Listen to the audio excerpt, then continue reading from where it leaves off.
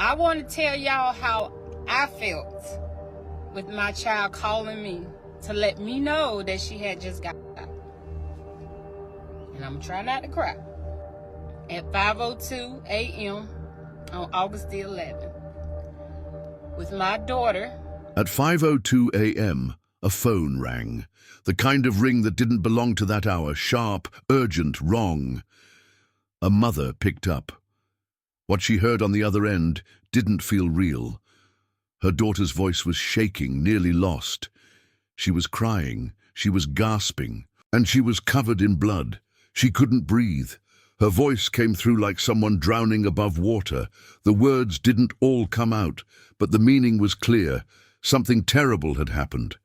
She had escaped something, barely. She had run. She was broken, and she needed help. There was no time to think, just the sound of a heart breaking on both ends of the call. It should have been a peaceful Sunday morning. But this wasn't peace. This was the moment everything fell apart. The first call that changed everything. The kind of call no parent should ever receive. A call soaked in blood, fear, and final chances.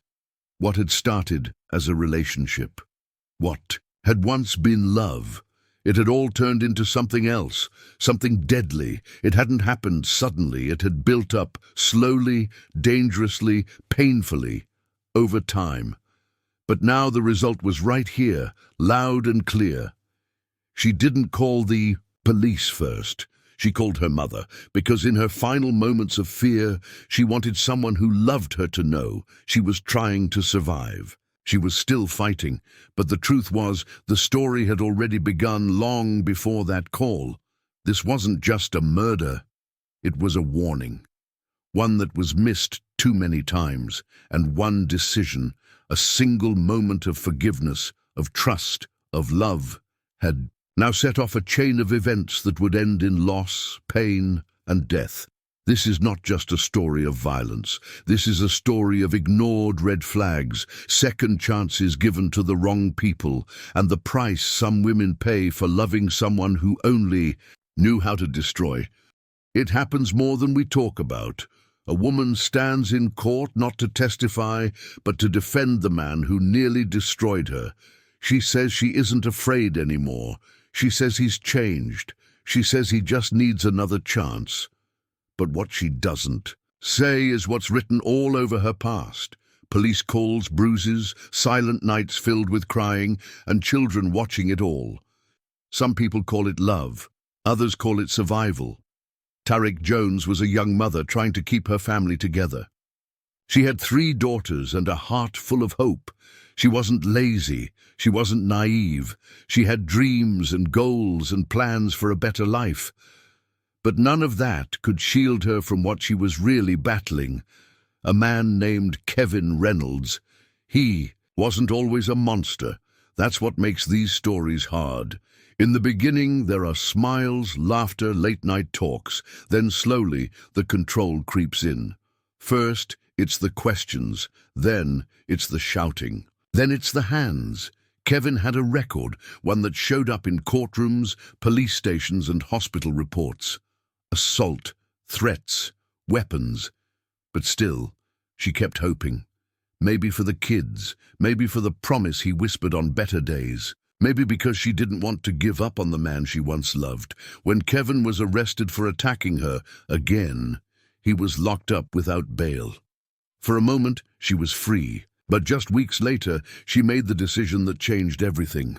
She bailed him out, $20,000. That was the price. Somehow, she raised it. Some say she paid it herself. Others say she begged for help. But the outcome was the same. Kevin was back, and her hope had written a check her life couldn't afford. What makes a woman bail out her abuser? What makes her believe that this time it will be different? For some, it's fear. For others, it's love. But for too many, it's because they think they can save him. Tariq wasn't weak. She was exhausted. And that exhaustion is what predators feed on. She didn't know it then, but the clock had already started ticking, and the home she fought so hard to protect would soon become a crime scene. The signs were there.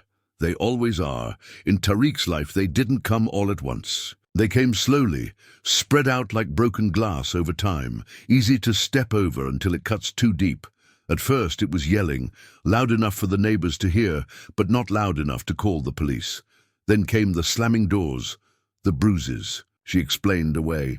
The mist work, the long sleeves in the summer, people saw it. They whispered. Some asked, but most stayed quiet.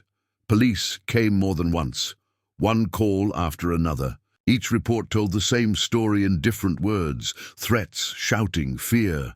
And every time she found a reason to stay.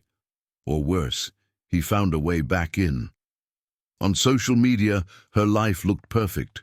Pictures of the kids, smiles, captions filled with love and forgiveness. But behind the likes and filters, there was chaos. Kevin was getting worse. He was jealous, controlling. He hated when she dressed up, when she smiled at strangers, when she looked too happy. He searched her phone. Accused her of cheating, started watching her every move. Then came the first arrest. It wasn't a misunderstanding. It was violence, physical, direct, dangerous. The charges were serious. Enough to keep him in jail without bond at first. Enough to make anyone run for good. But somehow, that didn't happen. Because love, especially when wrapped in trauma, makes people do impossible things, despite the warnings, despite the record, despite the tears and bruises. Tariq made a choice that would cost her everything. She paid his bail, $20,000, not 10, not 5, 20,000 to bring him home. She didn't just unlock a jail cell. She opened the door to her own destruction. He walked out of that jail and stepped back into her life like nothing had happened. The system had failed her once, but this time she failed herself. She wanted a partner. She wanted a future. She wanted a husband. But what she brought home was a killer, and now the clock had begun ticking towards something no one could stop. It was just another evening in Maryland, quiet, almost peaceful. But inside one apartment the peace was already breaking. Kevin Reynolds had returned. No one knew what was said, only that voices were raised. A heated argument between him and Tariq. Familiar, repetitive, but this time something had changed. This time he wasn't walking away. And neither was she. Her stepsister, Jalissa, was inside too. Maybe she came to check on her. Maybe she stayed to help. But in that moment, nothing could stop what was coming. Then the silence cracked. Gunshots echoed through the apartment, loud, sharp, repeating. The sound carried down the hallway, through the walls, into the ears of a child who shouldn't have heard any of it. Inside, both women were lying still. Tariq, the mother of 3, Jalissa, the sister who tried to help. 2 bodies on the kitchen floor. Life had left their eyes before help could even arrive, but one little girl, just 5 years old, saw it all. She stood there, in the middle of it, frozen, shaking, looking down at blood and broken things. She didn't scream. She couldn't, because sometimes, when a child sees too much, their fear silences them. Neighbors rushed to call the police. The man responsible had vanished. What followed was a citywide manhunt. Patrol cars spread across neighborhoods. Helicopters hovered overhead. Officers knocked on doors. Kevin had killed 2 women, and now he was gone. People whispered in grocery stores, locked their doors, stared at headlines. Some cried, some were furious, but all of them asked the same question: how did this happen? And the ones who knew the history, the arrests, the bail, the bruises, already knew the answer. He hadn't just snapped. This wasn't random. It was planned. It was personal. And now it was far from over, because Kevin hadn't finished. He had one more place to go, and one more life to take. The bodies were removed, but the pain remained. In the days that followed, the murders, the air in the community changed. It was heavier, slower, filled with disbelief. The news spread quickly. Tariq Jones and her stepsister Jalissa Walls Harris had been killed. not in an accident, not in a robbery, but by someone who was supposed to love them. Friends gathered, strangers left flowers, social media filled. With their pictures, smiling, full of life, people posted old memories, wrote long messages, cried as they typed. There were no answers, only silence and heartbreak. The funeral came next. It was quiet but full. The chapel overflowed with people who came not just to grieve, but to understand how things had gone so far. Some carried roses, others carried guilt, most carried questions. 2 coffins, 2 lives lost. One decision that allowed it to happen. But as the adults tried to make sense of what had happened, there was one person who could not put any of it into words. The 5-year-old daughter who had seen it all. She had stood in the apartment when the gunshots went off. She had watched as the man she called Daddy turned into a stranger. She saw her mother fall, saw blood, saw fear, and then saw nothing. Now, she would grow up with that moment frozen in her mind. A memory she would never be able to erase. Not with time, not with therapy, not with anyone telling her you are safe now. The trauma would sit quietly inside her, waiting to come out in different ways. Nightmares, sudden cries, questions no one could answer.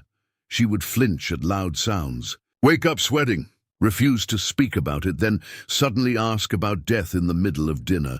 People said she was lucky to survive, but surviving is not always the same as living. This little girl did not just lose her mother, she lost her childhood, her peace, her sense of safety. In one moment, her entire world shattered, and she was left standing in the middle of it, alone. The community lit candles. They prayed. They held her hand. But nothing they did could undo what she had seen. Tariq and Jalissa were buried side by side, 2 women silenced by the same man, and a child left to carry their story, whether she wanted to or not. Headlines, before the sirens, before the gunshots, there was just a mother trying to hold everything together. Tariq Jones was not reckless. She was not foolish. She was overwhelmed. She had 3 daughters to raise. The rent was due every month. The bills never stopped coming. The food ran out quicker than the money came in, and every day she had to be strong because her children were watching. She worked hard, and when she was not working, she was worrying. Worrying about school uniforms, about daycare, about rides to class, about keeping the lights on. She had no room to fall apart, but love, or something like it, seemed to offer a break. Kevin did not show up as a monster. He showed up as help, as comfort, as a man who said, "You don't have to do this alone." And at first maybe that was true. He brought groceries, he picked up the kids, he made her feel like she had someone beside her. But the comfort did not last. What replaced? It was anger, jealousy, control. He watched who she texted. He listened when she spoke to her friends. He questioned where she had been, even when she was just working a double shift. The same hands that once held her started to grab her. The voice that once calmed her became the one that shouted at her in the middle of the night. Still, she stayed, because leaving meant starting over. And starting over meant more bills, more loneliness, more explaining to her kids why the man they called Daddy was not coming back. People asked, why didn't she just walk away? But it was never that simple. Tariq had grown tired, not just physically, but emotionally. She had carried too much for too long, and the idea of giving Kevin another chance felt easier than starting her whole life over again from scratch. Her family saw the signs. They warned her, pleaded with her, told her she deserved better, but she believed in change. She believed in the man he used to be, the version that made her laugh. That remembered her birthday, that promised to be a better father, so she gave him one more chance. Not because it was love, but because she was surviving, because sometimes survival looks like pretending things will get better, when deep down, you know they won't. The court was supposed to be a place of protection, a place where facts mattered, where justice listened, where safety came first. But for Tariq Jones, the courtroom would be the final doorway that opened her life back to danger. Kevin Reynolds was no stranger to the system. His file was long, full of past violence, assault charges, and arrests. He had already attacked Tariq more than once. Police knew his name. So did emergency responders. When he was arrested again, there was a moment, just a moment, when it felt like the cycle might break. He was behind bars. No bond. No way out. The paperwork described the danger clearly. But then came the bond hearing. Inside the courtroom, a quiet tension hung in the air. The district attorney stood tall, reading Kevin's record out loud, one charge after another. The judge listened, nodded, looked at the file. Kevin stood silently, eyes low. Then, despite it all, the decision came down. A bond was set. $20,000. The prosecutor objected clearly, strongly. They said Kevin posed a threat. They reminded the court that he had strangled, threatened, attacked, and left a woman in fear. But even that was not enough, because then Tariq spoke. She told the judge she was not afraid, that she did not want to press further, that he deserved to come home. The courtroom fell quiet after that. What more could be said? So the judge signed the release order, and the bars opened. In the eyes of the law, Kevin Reynolds was a free man again. Not because he was innocent, but because he had someone willing to take him back. Outside that courtroom, the community began to stir. People were stunned, angry. They knew his history. They saw the patterns. They had watched too many women go, back to abusers, only to be buried days later. This felt like one of those stories waiting to happen. One neighbor posted online, "The system didn't just let him out, it handed him a loaded gun and walked away." Others were harsher. The law armed the killer, and in a way, they were right, because Kevin did not sneak out. He walked out, legally, publicly, and with full permission, and with every step, he was walking back toward the woman who once gave him her love, and was now giving him one final chance to destroy her completely. I want to tell y'all how I felt with my child calling me to let me know that she had just got out. And I'm trying not to cry. At 5:02 a.m. on August the 11th, with my daughter covered in blood, telling me to help her. She can't breathe. That her friend got her. I have no anger against him at all. At all. My heart goes out to him, because let me tell you what y'all were doing. Some of y'all, I don't know who it was, but I was given a post that he had made maybe some weeks ago, with the comment of her saying that she found someone new. And then with him saying, "Oh, I found them too," and then there's a car up there with bullets and everything in the car. After the murders of Tariq and Jalissa, Kevin Reynolds did not stick around to face what he had done. He ran across county lines, across state borders. He disappeared into Virginia, leaving behind blood, heartbreak, and a shattered family. His name was on every news channel. His photo flashed across social media. Police stations in multiple states were on alert. For a brief moment, there was hope he would be caught, that there would be a trial, that someone would stand in court and say his name out loud in front of the world, that justice would speak for the women he silenced. But that moment never came, because before law enforcement could reach him, Kevin made one last choice. In a quiet corner of Hanover County, inside his truck, he picked up the same gun he had used days earlier and turned it on himself, the same weapon, the same hand, the same violence. Only this time, it was his own life he ended. By the time police arrived, there was nothing left to arrest. No cuffs, no courtroom, no chance for accountability. He had taken it all with him. For many, it felt like a final insult, a final act of control. Kevin had not just taken the lives of two women, he had stolen the chance for their families to see him held responsible, to look him in the eye, to hear him admit what he had done. Instead, he vanished behind a single gunshot. One more sound, one more moment, and then nothing. In the end, Kevin answered for his crimes the way many abusers do, not by standing up, but by running away, not by apologizing, but by avoiding punishment. He did not face the truth. He fled from it, and in doing so, he left behind more than just a trail of victims. He left a community asking, how many more will follow this same path? How many more women will pay the price for a system that gives violent men second chances? How many more stories will end like this? A man escapes accountability by silencing himself. It happened again. Different name, different city, same heartbreaking pattern. Her name was Zella Frazier. She lived in Detroit, Michigan. She was bright, beautiful, a young mother, a woman who loved deeply and gave second chances with a heart. Far too soft for the world she was in.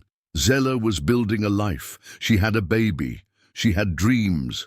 She wanted to become a nurse, driven by years of caring for her own siblings through sickness, poverty, and pain. Her life had not been easy, but she moved forward anyway.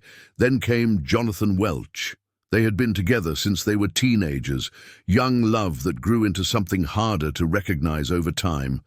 At first, he made her feel seen, loved, protected, but slowly, like it always does, the love turned to fear.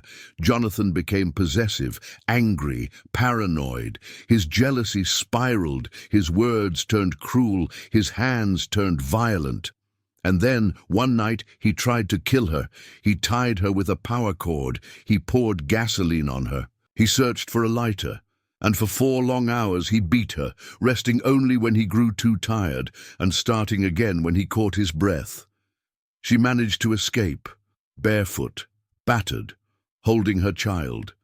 She ran to a neighbor's house, and somehow she survived. Jonathan was arrested, charged with multiple felonies, torture, attempted sexual assault, home invasion, intent to do great bodily harm. He was given a bond, just $10,000, and someone paid it.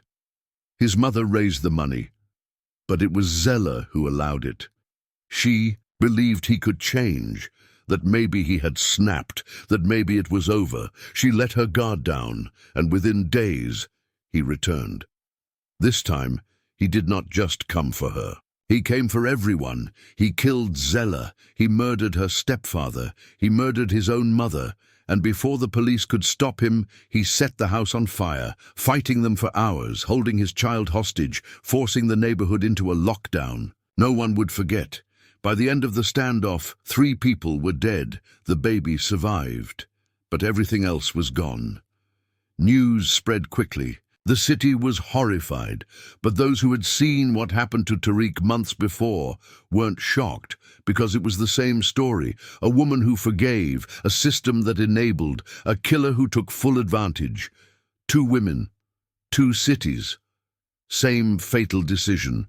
They both believed in love, but love, when tangled with violence, does not save you, it buries you. What happened next should never have been possible. Jonathan Welch was not supposed to be free. Just days before the murders, he had beaten his girlfriend, Zella Frazier, for hours. He tied her, burned her, threatened to set her on fire. She escaped, barely alive. Police arrested him. Prosecutors filed a long list of violent charges. The evidence was overwhelming. The attack was intentional, calculated, and nearly fatal. And yet, he was released. The court-approved bond, just $10,000. No ankle monitor, no strict surveillance. Just a promise to stay away from the woman he nearly killed. A promise from a man who had already shown what he was capable of. He walked free, and the first thing he did was plan something worse. Days later, he returned. This time, it was not just Zella. He killed her. Then he turned on his own family. He killed his stepfather. He killed his mother. When police surrounded the house, Jonathan refused to come out. Instead, he started a fire. setting the home ablaze, while armed with a gun. For 7 hours, law enforcement held position outside, unsure if anyone was still alive inside. He was holding his own child hostage. Eventually, he surrendered. But by then, 3 people were dead. 3 funerals followed. One family destroyed, and the city of Detroit was left asking, how did this happen? The justice system had all the information, the violent past, the threats, the victim's testimony, the graphic injuries. And yet, the response was soft, almost blind. The court had given him freedom, and he used it to take lives. This was not a surprise, it was a collapse, not just of judgment, but of protection. Zella had done everything right. She ran, she reported, she told the truth, and still, no. One stopped him, because the system that was supposed to shield her enabled him instead. Jonathan Welch did not hide his rage. He showed it, over and over again. He tortured, he threatened, he nearly killed.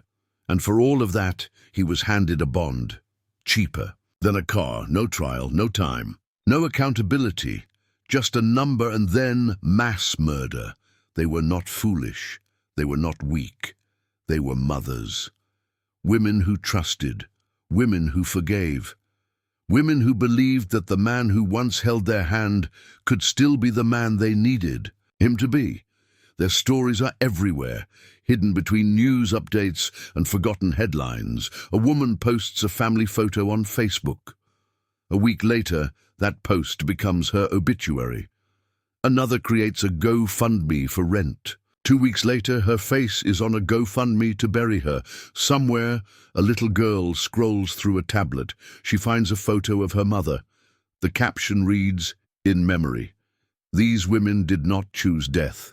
They chose hope. They thought forgiveness would fix it. They thought love would change him. They thought staying was safer than starting over. But love, when given to the wrong hands, does not heal. It wounds, it traps, it kills. These women gave second chances, and those second chances became death sentences.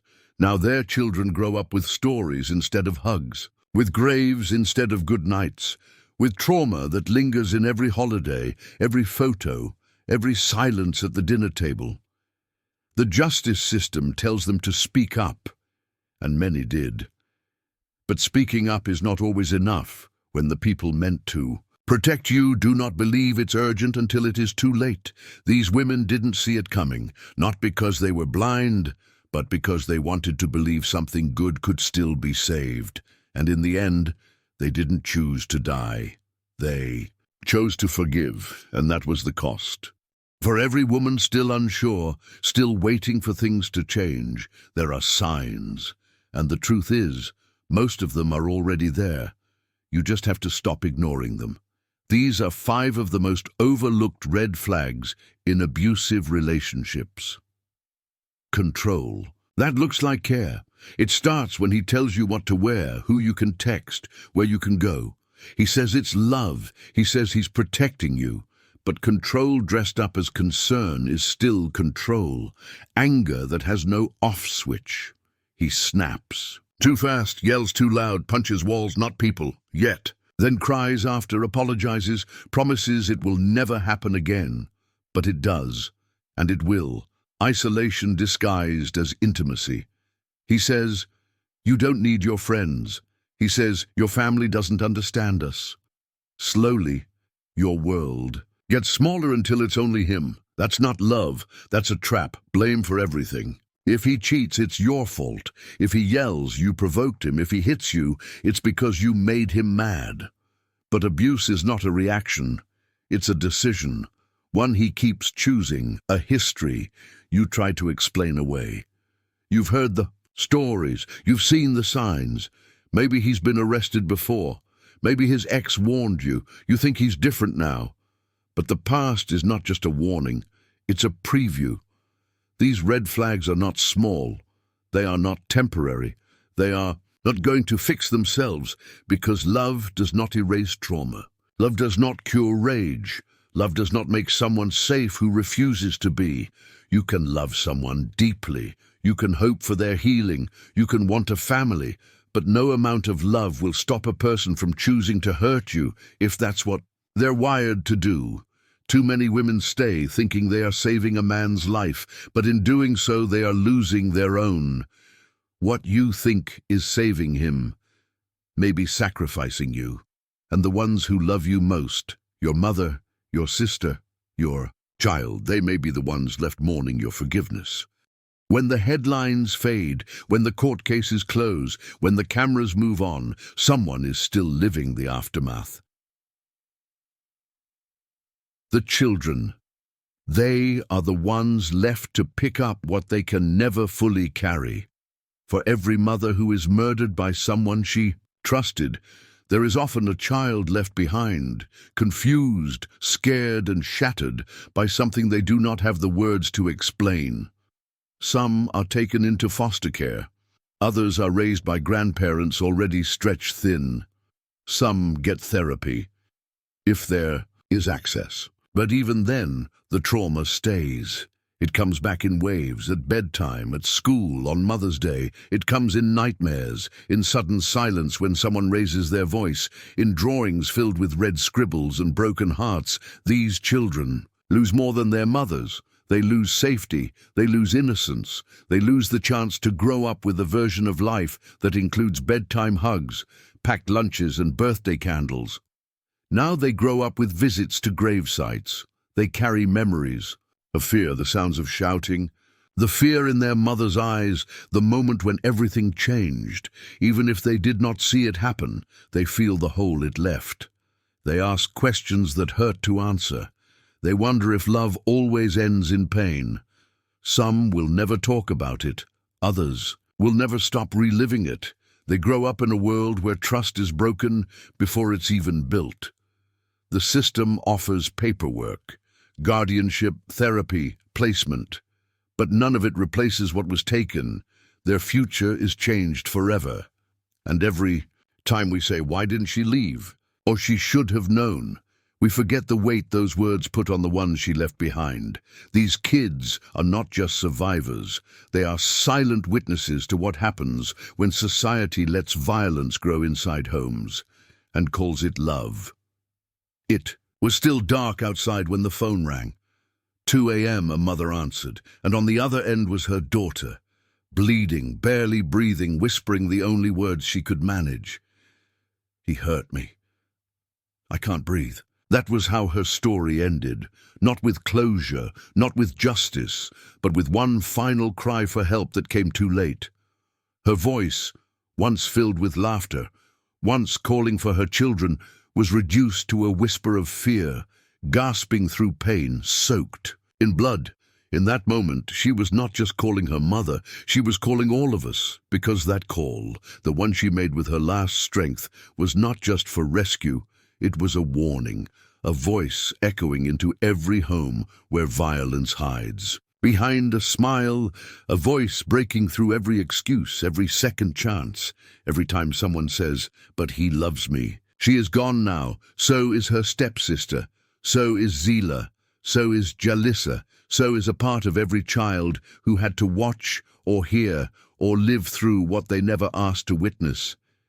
But her story does not end here. It lives in memory.